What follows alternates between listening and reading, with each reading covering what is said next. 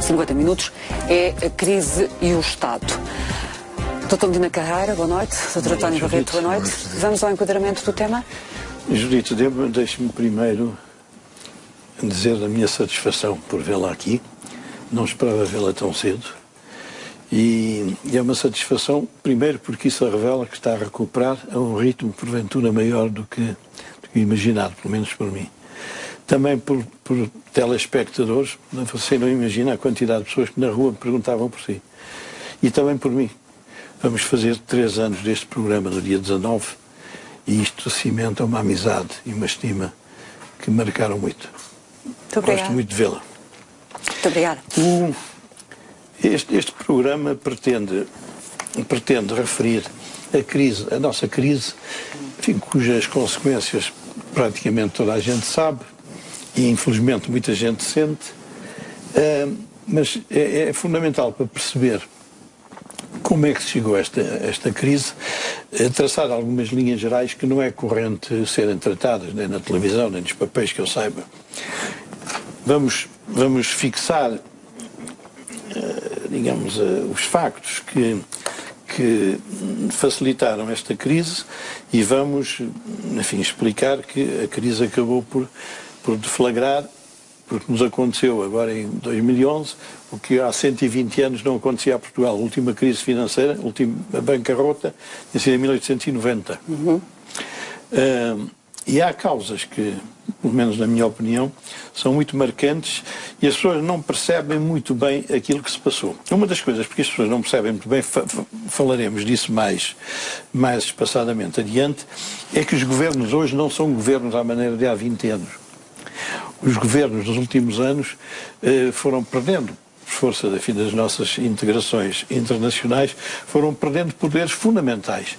E isto hoje faz com que os governos não tenham praticamente poderes para fazer coisíssima nenhuma. Não há praticamente soberania. Poderes de intervenção económica desapareceram. Mas veremos isso mais sossegadamente. Qual é o principal problema com que estamos confrontados? Eu diria que, deixe-me só fazer uma pequena lista dos sintomas da crise, das consequências: a pobreza, a imigração forçada, um endividamento brutal do país,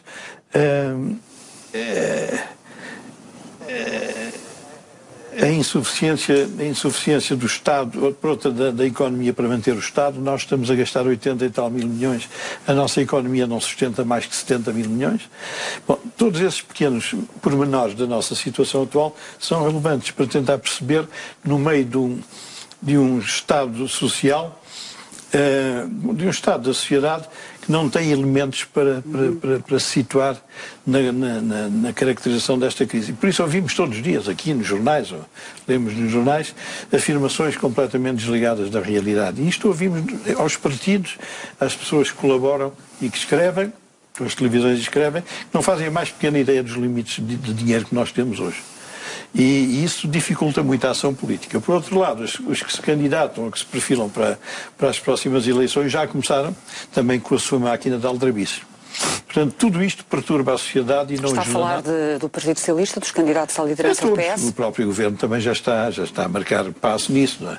O que é que chama de aldrabice? O que é que concretiza? Isto dos impostos. A descida dos impostos no próximo ano? Impostos, claro, eu posso dizer, tira-se meio por cento aqui, fica tudo na mesma. Mas nota-se que é uma intenção de chegar aos ouvidos dos cidadãos esta ideia que eu sou pela baixa dos impostos. Mas temos ouvido esse discurso sobretudo ao CDS. Sim, ao CDS. Está a marcar a sua posição para ultrapassar os 6%, ou coisa parecida. Mas isto dificulta, porque chegamos depois à altura e não acontece nada. E, portanto, as pessoas desacreditam cada vez mais. Os do PS vão pôr as pensões de reforma aos níveis atuais, aí vão repor os salários do pessoal público e ninguém sabe de onde é que vem o dinheiro e o dinheiro não vai chegar com certeza para tudo isso. E isso torna mais malsã ainda a vida democrática de Portugal. Dr. António Barreto, qual é a sua leitura sobre aquilo que acabou de dizer o Dr. Medina Carreira? E acrescento uma outra questão. Neste momento, as questões eleitorais já se estão a sobrepor às questões da política séria, digamos assim. Muito boa noite, Judite. Muito boa noite, Henrique. António. É muito prazer e muita honra que eu estou aqui convosco. Muito obrigado. Porque admiro ambos por razões diferentes há muito tempo. Eu tenho um ponto de vista em muitas coisas parecidos com aqueles que o Henrique acaba de expor. Conhecemos há muitos anos, conversamos muito. Eu conheço o pensamento dele, penso conhecer o pensamento dele e concordo com muito do que ele disse. Ele tem uma maneira, há uma equação que ele fez, já fez aqui neste programa, creio que uma vez, já falou noutro sítio, e é uma equação muito perceptível e muito mostra muito bem o que quer dizer. Os portugueses há muito pouco tempo gastavam 90 mil milhões. O Estado. 90 mil milhões. Com esta autoridade, com esta austeridade toda e o emagrecimento, não vou discutir se foi bem, se foi mal, como é que foi, passou a gastar cerca de 80. Mas só pode gastar 70. Sim. É grosso modo. Portanto, eu acho que estes números são muito fortes, muito claros, percebe-se muito bem e percebe-se o nó do problema. O nó do problema não é só um problema financeiro, é um problema económico. O país, no seu conjunto, gasta, vive, consome, despende para o Estado, através do Estado. Tem uma equação impossível que vai levar ao desastre. Eu gostaria de fazer uma comparação. Acha que sim? Acha que ainda vamos ver a situação mais agravada? Se não se descer até aos 70, o problema está de saber se é em 2 anos mais, ou em 5, ou em 6, ou em 10. Aqui pode haver uma gestão, uma administração da crise e das soluções para a crise diferente da que tivemos até agora. Isso é possível. Eu não sou economista, Deus me protegeu-me dessa condição, que atualmente é uma condição terrível, eu também não.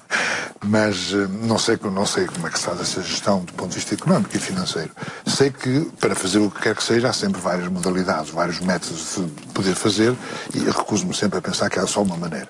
Eu penso que a austeridade, tal como ela foi feita nestes 3 ou 4 anos, era indispensável, era necessária, tinha de ser feita, não era obrigatório que fosse assim, podia ser de outra maneira, obtendo mais ou menos resultados conforme os casos.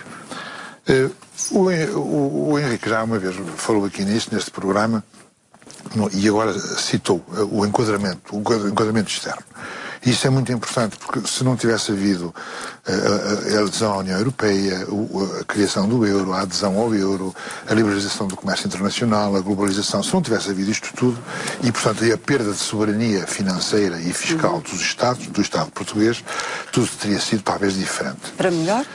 Não necessariamente para melhor, mas para adaptação. Através da desvalorização, da impressão de moeda, da criação de novos mercados ou até de subsídios de certas atividades, teria sido de modo diferente. Mas se mantivesse a equação dos 90, 80, 70, o caminho para a ruína, o caminho para a miséria seria o mesmo. Agora, é muito frequente certas pessoas defenderem-se da situação que nós vivemos, defenderem-se com as circunstâncias internacionais. Sim. E isso é uma coisa que eu quero recusar absolutamente. Não percebi, António. Há muitas pessoas que dizem que isto está a correr mal, mas não é por razões internas, é por razões externas. Sim, por causa dos bancos internacionais, da crise americana, da crise do Lehman, etc. Ora bem, vamos olhar para isto tudo, para a globalização, para a crise, para a União Europeia, para o euro. Faz lembrar aquela história dos porquinhos, dos 3 porquinhos. Há quem faça o seu trabalho de casa e que, na tempestade, consegue aguentar a sua casa. Há quem não faça o trabalho de casa e que, em circunstâncias de tempestade, acontece o que aconteceu. Portugal é tipicamente o caso do porquinho que não soube fazer o trabalho de casa, que não teve precaução, que não amelhou, que não poupou, que não soube fazer o que devia ter feito e trabalhado quando devia trabalhar, para que quando veio a enxurrada, quando vieram as crises, no quadro da globalização, não se soube defender. E agora temos de pagar isto e temos de fazer. Algumas pessoas surpreendem-se com o caso espanhol, por comparação com o caso português. É evidente que os resgates foram diferentes, mas a Espanha já está, enfim, a levantar a cabeça, para utilizar uma expressão mais próxima das pessoas. E nós continuamos prisioneiros de uma dívida pública que não para, antes pelo contrário, e de um déficit orçamental que não estamos a ver de forma de o combater e de o fazer diminuir. Mais adiante vai haver uns gráficos que dão a entender perfeitamente o que se está a passar, e o que se está a passar é altamente perigoso, como veremos. Há um gráfico que veremos adiante que é altamente significativo para as pessoas perceberem. Eu dou números assim soltos para se entender. De 2000 a 2010, o produto nominal, enfim, com a inflação, cresceu 36%. Os impostos cresceram 43%. A despesa total cresceu 68%. E o pessoal mais prestações sociais cresceu 76%. Quer dizer, o ritmo do crescimento do pessoal mais prestações sociais, que é onde está a grande dificuldade do ajustamento orçamental, cresceu mais que 2 vezes o produto. Bom, e os impostos, enfim, que se tivessem acompanhado isto, poderiam realmente colmatar, mas não. Esses cresceram só 43 contra 78 do pessoal. Por conseguinte, isto teve, como se vai ver, uma progressão absolutamente insustentável. E essa ideia de que foi a crise, é evidente que a crise antecipou e a crise agravou. Mas já antes da crise eu escrevia que isto ia bater na parede, por conseguinte, não é habilidade nenhuma. O que aconteceu foi que, com a crise, como é que ia dizer? Está a falar da crise internacional. Sim, desta 2008, para simplificar. É que isso, não sei se deste alguma vez por isso, veio ajudar à asneira. O que é que eu quero dizer com a asneira? De 2008 para 2009, o governo anterior, o PIB caiu 4 mil milhões. O PIB desceu em relação a 2008. Os impostos cobrados diminuíram 3,7%. O pessoal e as prestações sociais cresceram 4,5% num ano. 4,5%. Quer dizer, se isto não tivesse crescido na altura, a gente teria menos 4,5%. Quer dizer, o que aconteceu foi que, sempre tendo visto motivações eleitorais, não foi por acaso 2008 para 2009, trouxe um pretexto que era, não, a União Europeia que disse gastem dinheiro para aguentar a economia. É evidente que nestas situações pode digamos, o Estado gastar dinheiro e ajudar um pouco a sustentar.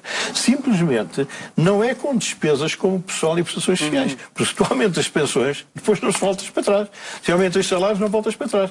Quer dizer, fizeram uma política completamente desastrada e irresponsável, foi aumentar quase 5 mil milhões de pessoal e prestações sociais. E este é um dos grandes, digamos, um dos grandes calcanhares daquilo da situação atual. O Henrique põe o dedo numa ferida. Deixa-me só dizer uma coisa. Além do mais, a crise que foi para todos só desgraçou 3 ou 4. Sim. Quer dizer, nós somos os países do sul da Europa. Exatamente, não é por acaso. Portanto, a crise é que tramou. Mas a Espanha está a recuperar. Já se portou melhor que nós. Está, mas a Espanha, deixa-me dizer-te uma coisa, quando os juros baixaram, no princípio deste século, os espanhóis desceram o endividamento e não gastaram. Cá os juros baixaram, mas gastou-se mais. Tá bem, e a Espanha, apesar de tudo, tem economia, não é? Não, tem outra economia, claro, além do mais isso. E portaram-se melhor que nós. O Henrique põe o dedo numa ferida essencial, que é a direção política. A direção do Estado, no fundo, os partidos políticos e as suas políticas financeiras, económicas e sociais, que são, de facto, os responsáveis por estas coisas que ele acaba de dizer. Dá-se tudo, dá-se o que é nosso e o que não é nosso, dá-se o dos outros, dá-se o da próxima geração, dá-se o que não se tem, dá-se o que se promete, dá-se o que se endivida. Foi tudo dar, durante anos e anos seguidos, para obter eleições, para obter mandato, popularidade. Agora, não é só essa parte que me choca. Há uma outra, que é a impossibilidade de os governos e os respectivos partidos políticos que dirigem os governos, porque não é só um, são vários que fizeram isto durante estes anos. 3? Não têm travão. Basicamente 2. Não há travão nem fiscal, que é uma coisa que aflige em Portugal. Não há travão nem fiscal. Porquê é que foi possível, por exemplo, gastar tanto dinheiro inutilmente ou ostensivamente com as PPPs, com as parcerias, com aquelas coisas dos swaps e com tudo isso, com os 10 estádios, sem que haja instituições capazes de travar isto? Uma instituição... Porquê que o Tribunal de Contas não tem muitos mais poderes? Porquê que o Parlamento vegeta naquela mediocridade verdadeira? O Parlamento